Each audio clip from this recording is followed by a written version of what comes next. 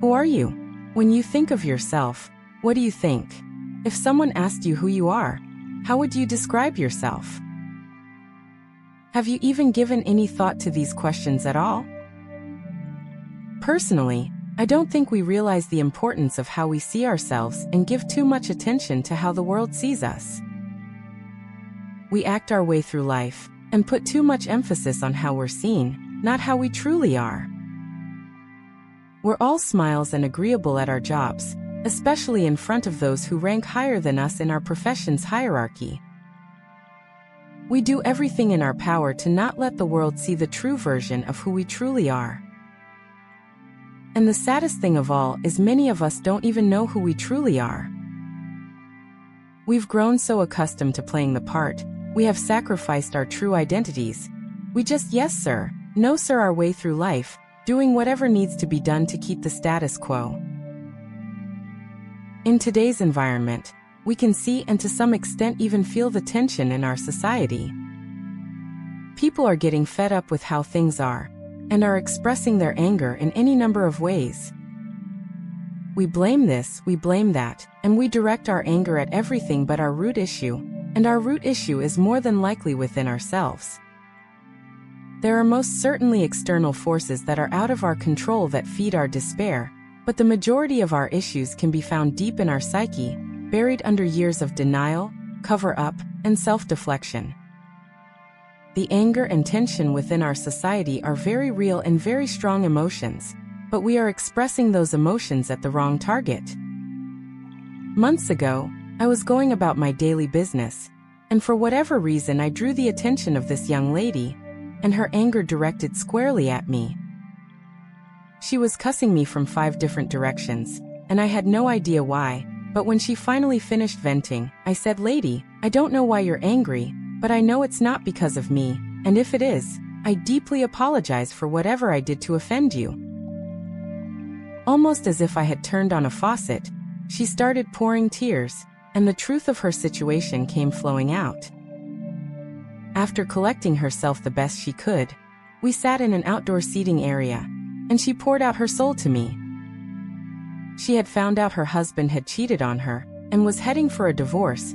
She was getting ready to lose her job because she was having a hard time keeping her commitment of being on time and performing her duties. She was living in an extended stay motel she couldn't afford even with the job, much less unemployed. She was just having a hard go at life at the present moment, and was at her wit's end. We talked for over an hour, and I do hope it helped, but at the very least she was able to determine what her issues are, so she can at least address them the best she can, other than blowing up at total strangers. And this is the predicament we all find ourselves in. How are we addressing our issues? Denying them? Covering them up? Blaming everyone and everything else? Let's face it, we've all been hurt. Some of us hurt so bad, we're not sure recovery is possible. The pain is very real, and very present in our lives even if we don't realize it. When the initial pain comes our way, we do whatever needs to be done to relieve it. We deny it happened, we cover it up with mind-altering substances, we dive deep into sexual deviance. Whatever it takes to make the pain subside is what we initially turn to, and there's no denying the relief it brings. The problem is the tools we use. Drugs, alcohol, sex, and denial, just to name the usual suspects, is our go-to remedies. They're readily available to provide immediate relief, which is what we're after. The problem becomes our dependence on them to keep the pain at bay, which in turn becomes an addiction that holds us hostage. If we don't have access to whatever tool we have chosen for ourselves to hide the pain, we run the risk of remembering the pain, and we must relive the trauma in our minds, which could be just as bad as the initial offense. One thing is for certain, wherever you go, there you are. There is no escaping yourself. For better or worse, you will be with you in every circumstance, every experience, and every life event you go through. As Jimmy Buffett said, some of it will be magic, some of it will be tragic, but all in it will be your life you experience. How you experience it falls squarely on your shoulders. We learn from the day we're born till the day we die, if we realize it or not. When we first came into the world, we didn't know anything until we learned. We learned to walk, we learned to talk, we learned how to be social, we learned how to perform the jobs we have. We learned so much about so many subjects, but have we given any thought to study the most important subject there is, ourselves? And when I say study, I mean in-depth investigating. No holds barred, it is what it is, this is the true me investigation. Once we have decided to start our self-exploration, we need a guide. So much will be determined by the guide we have, so it's imperative we choose wisely. There are many self-help tools available to us, and there is nothing wrong with any one of them. It's what motivates them that we should pay attention to.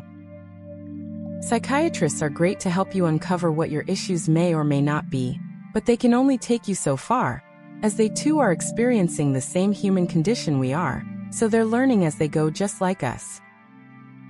We can't go on this journey alone, because we will lie to ourselves or sugarcoat the severity of our condition, so we can keep denying, covering up or deflecting our issues.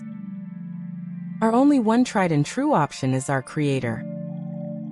Then you will know the truth, and the truth will make you free. John 8 verse 32. This is Jesus promising us He will guide us into truth, and give us freedom from whatever hinders us from having it. And let me be the first to tell you, there is nothing more liberating than discovering an issue we have, accepting its validity for better or worse, and offering forgiveness and understanding to the perpetrator, be it ourselves or others. Once we have went through that process, we can begin to live free from the prison the issue we once had held over us.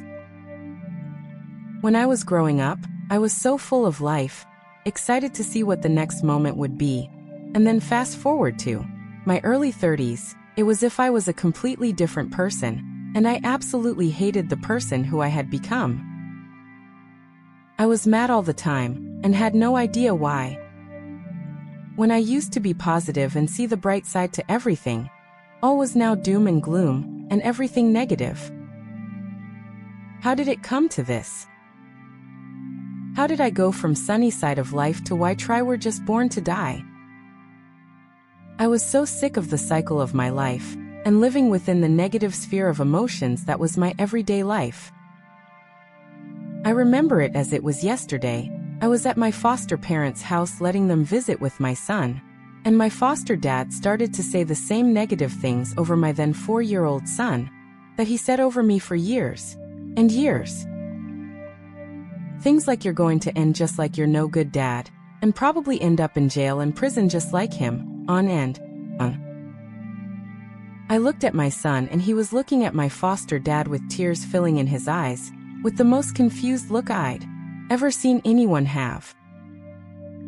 It was then I didn't say a word. I took my son in my arms, brought him to our car, and the minute we got home, I told him everything that my foster father had said was a lie and not true, and tried to say encouraging things over him. You're going to grow up to do great things, and life is a beautiful experience, on and on. After a few questions and some crying, he returned to his happy-go-lucky self. It was then it hit me like a bolt of lightning. I refused to let him do what he'd done to me to my son, and I finally put 2 and 2 together. I was so angry at life, because I had endured years and years of emotional abuse, and I had agreed with my foster dad when he said all those negative things about me. But just like I was encouraging my son about life being beautiful, I can encourage myself the same way, and not believe anything he said, or will say that's negative about me. It was then I truly allowed our Creator, God, full access to my life, and we started on my personal journey of self-identification. I am now 20+ years in my self-exploration, and I have learned to accept what pain I have brought on to others as well as myself, and I have learned to accept the pain that was brought on to me from others. All in all, I accept all the trauma in my life no matter how it got there, as fact and true, and as I have identified its source, be it myself or procured from others, I have developed the tool of forgiveness, which is the only tool that truly works. Forgiving doesn't only help the offender, it releases the offended from any further hurt. When we try and resolve our pain using any other tool than forgiveness, we run the risk of making matters worse than better. The tools we far too often use are not sustainable and will keep us more captive than the original pain ever could. We are now held captive from the tool we choose to relieve the pain, and the pain itself. Our Creator created us to rule over our environment, but if we can't ever master ruling over ourselves, then we haven't gotten far in our understanding of life and living. Our God wants us free from anything and everything that could potentially hold us hostage, and that includes ourselves. We must start our own journey of self-identification, along with our Creator. There is no other way. There is a version of ourselves we have no idea of, because we have developed who we have become by how we've experienced life so far. We may be holding others captive by not offering forgiveness, and we may be held captive by not receiving forgiveness. And the funny thing of it, we may very well be holding ourselves captive by not forgiving ourselves for something stupid we have done, and we just can't look past it, so we keep reminding ourselves of how stupid we were. Whatever the case, we need to start our journey sooner rather than later, so we can heal and learn to see the beauty of life again, with no bonds or restraints. Once we truly learn how to forgive, we can truly experience love, which is the greatest emotion of all, and what we should all be striving to learn. So, what do you think of when you think of yourself? Accept God's offer of adoption, and walk with Him as you learn who you truly are, and experience life as it was intended to be lived, free from any bondage, as we learn, live and love with our Creator.